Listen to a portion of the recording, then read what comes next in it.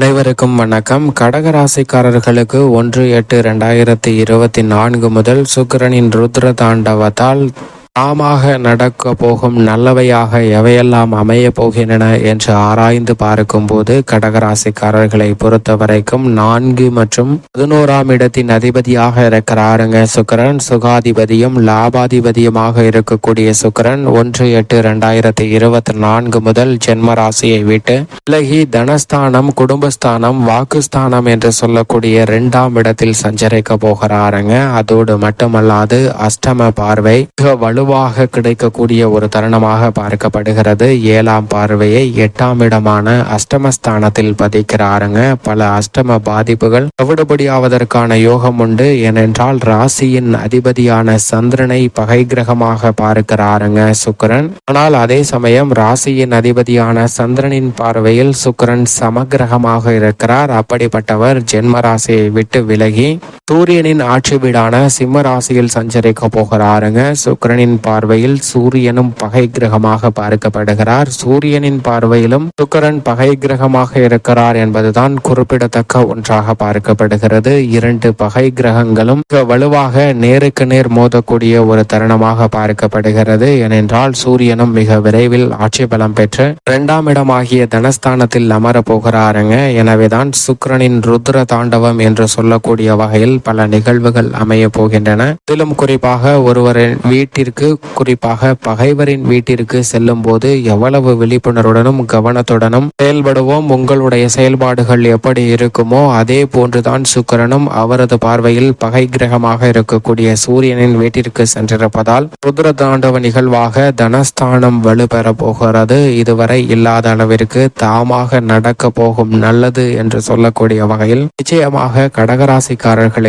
பல நல்ல மாறுதல்களை வியக்கத்தக்க வகையில் பெறுவதற்கான சூழல் உண்டு. ஏனென்றால் பொதுவாகவே சுக்கிரனை பொறுத்த வரைக்கும் நவகிரகங்களிலே மிக முக்கியமானவராக பார்க்கப்படுகிறார். நவகிரகங்களிலே சுகாதிபதி என்று அழைக்கப்படுகிறாருங்க. சுக்கிரன் சாதகமாக இருந்தால் மட்டும்தான் ஒருவருடைய வாழ்வில் மிக பெரிய அளவிலான மாற்றத்தையும் வளர்ச்சியையும் சந்திப்பதற்கான யோகம் உருவாகும். செல்வ செழிப்பு, சிற்றின்பம், இல்லற சுகம், ஆடம்பர வாழ்க்கை, வசதி வாய்ப்பு போன்ற அனைத்தும் நிறைந்து கிடைக்க வேண்டும் என்றால் சுக்கிரனின் அனுகிரகை மிக முக்கியமான ஒன்றாக நிச்சயமாக பார்க்கப்படுகிறது. அப்படிப்பட்ட சுக்கிரன் பொதுவாகவே 2, 4, 5, 7, 9 மற்றும் 11 ஆகிய இடங்களில் சஞ்சரிக்கும் போது அபரிவிதமான வளர்ச்சியும் முன்னேற்றத்தையும் அள்ளி கொடுப்பாருங்க. அதில் ஒரு இடமான 2ஆம் இடமாகிய தனஸ்தானத்தில் தற்போது கடகராசிக்காரர்களுக்கு அமர்வது மிக பெரிய அளவில் வரவேற்கத்தக்க அமைப்பாக பார்க்கப்படுகிறது. ஏனென்றால் இந்த வேளையில் லாபஸ்தானத்தில் குரு செவ்வாயும் இணைந்து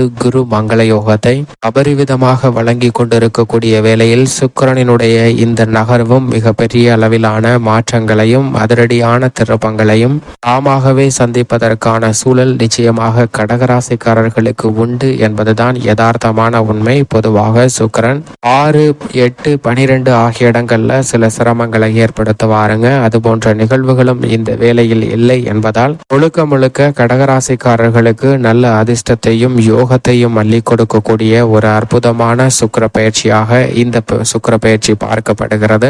அதோடு மட்டுமல்லாது இந்த தருணத்தில் பெரும்பான்மையான கிரகநிலைகள் சாதகமாக வலம் வருகின்றன. ஏனென்றால் குறிப்பாக சொல்ல போனோம் என்றால் நிச்சயமாக அஷ்டமஸ்தானம் என்று சொல்லக்கூடிய 8ஆம் இடத்தில் சனி வக்ரம் பெற்றிருப்பதும் யோககரமான ஒரு அமைப்பாக தான் பார்க்கப்படுகிறது. எனவேதான் கடகராசிக்காரர்களுக்கு பல அதிரடியான வளர்ச்சியும் முன்னேற்ற வாய்ப்புகளும் நிறைந்து கிடைக்கக்கூடிய ஒரு அற்புதமான தருணமாக இந்த சுக்கிர பயிற்சி காலகட்டம் அமைந்துள்ளது என்பதை திட்டவட்டமாக கிரகநிலைகள் உறுதிப்படுத்துகின்றன. குடும்ப சூழ்நிலையை பொறுத்த வரைக்கும் சுக்கிரனின் சுப பார்வை அஷ்டமஸ்தானமாகிய 8ஆம் இடத்தில் பதிவதால் குடும்பத்திற்கு வரவேண்டிய வருமானத்தில் உள்ள தடைகள், சுப நிகழ்வுகளில் ஏற்படக்கூடிய தடைகள் அனைத்தையும் தகர்த்தெறிகிறாருங்க சுக்கிரன். நீங்கள் எதிர்பார்க்கக்கூடிய உச்சபட்ச குடும்ப வளர்ச்சியும் முன்னேற்றமும் நிறைந்து கிடைப்பதற்கான யோகம் உண்டு. குடும்ப வருமானத்தை உயர்த்தி கொள்ளக்கூடிய நல்ல பல சந்தர்ப்பமும் அற்புதமான இனிமையான வாய்ப்புகளையும் இந்த தருணம் தருணத்தில் உருவாக்கி கொடுக்கிறாருங்க சுக்கிரன். பல்வேறு வகையில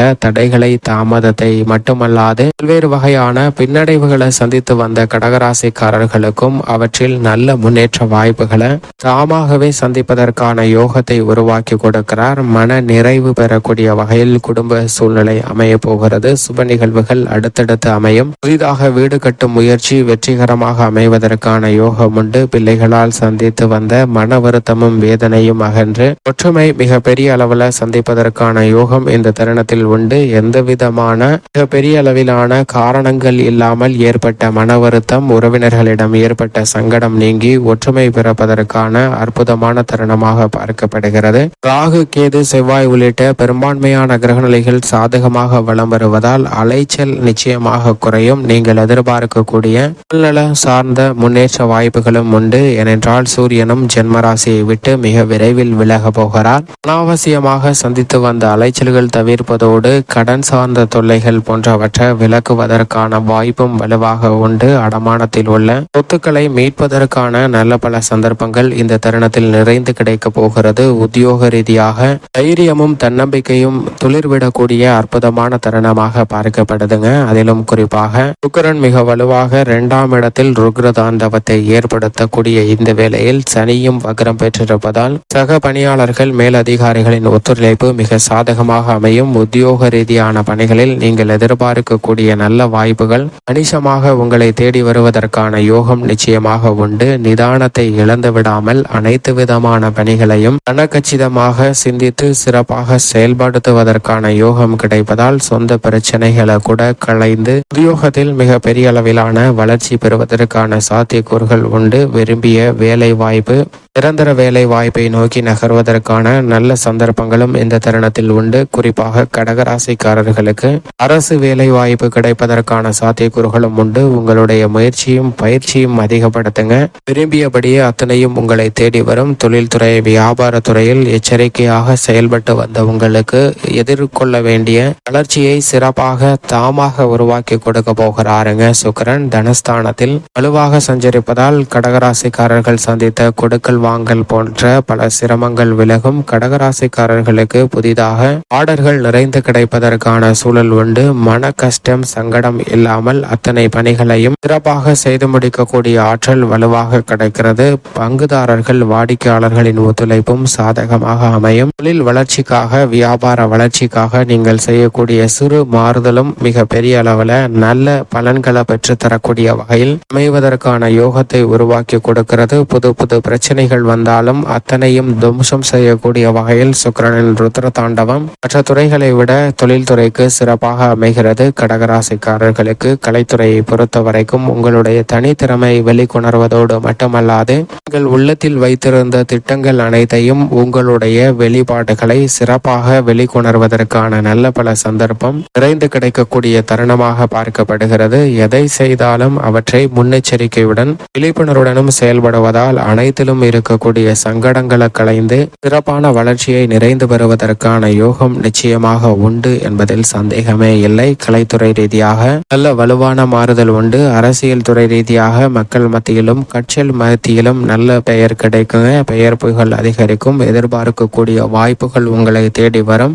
மாற்று கட்சியில் இருப்பவர்கள் உங்கள் கட்சியில் இணைவதற்கான யோகமும் உண்டு. மாணவர்களின் கல்வியில் நல்ல முன்னேற்றம் கிடைக்கக்கூடிய தருணமாக பார்க்கப்படுகிறது. விவசாயத்துறையின் அதிபதியான செவ்வாய் ராசியின் உச்ச அதிபதியான குருவுடன் இணைந்து லாபஸ்தானத்தை வலுப்படுத்துவதால் எதிர்கால திட்டங்கள் சிறப்பாக அமையும். புதிய நிலம், பண்ணை நிலம் அமைத்தலுக்கான யோகமும் கிடைக்கிறது. கடன் சார்ந்த தொல்லைகள் உங்களை விட்டு விலகும். பெண்மணிகளை பொறுத்த வரைக்கும் மிக அற்புதமான காலகட்டமாக பார்க்கப்படுகிறது. கற்பனையான கவலைகள் நீங்கி ஆக்கப்பூர்வமான செயல்பாடுகளை பெண்மணிகள் சிறப்பாக செயல்படுவதற்கான அற்புதமான தருணமாக கடகராசிக்காரர்களுக்கு நிச்சயம் அமைகிறது. மேலும் இந்த தருணத்தை சாதகமாக மாற்றிக்கொள்ள நிச்சயமாக கடகராசிக்காரர்கள் வாரத்தில் வியாழக்கிழமை விரதம் இருந்து அருகாமையில் உள்ள வராகி அம்மன் ஆலயம் சென்று தீபம் ஏற்றி வழிபாடு செய்யுங்கள். தடைகள் அகன்று தங்களுடைய வாழ்வில் சிறப்பான வளர்ச்சியும் முன்னேற்றமும் நிறைந்து வருவதற்கான அதிர்ஷ்ட யோகம் நிச்சயமாக உண்டு என்பதில் சந்தேகமே இல்லை.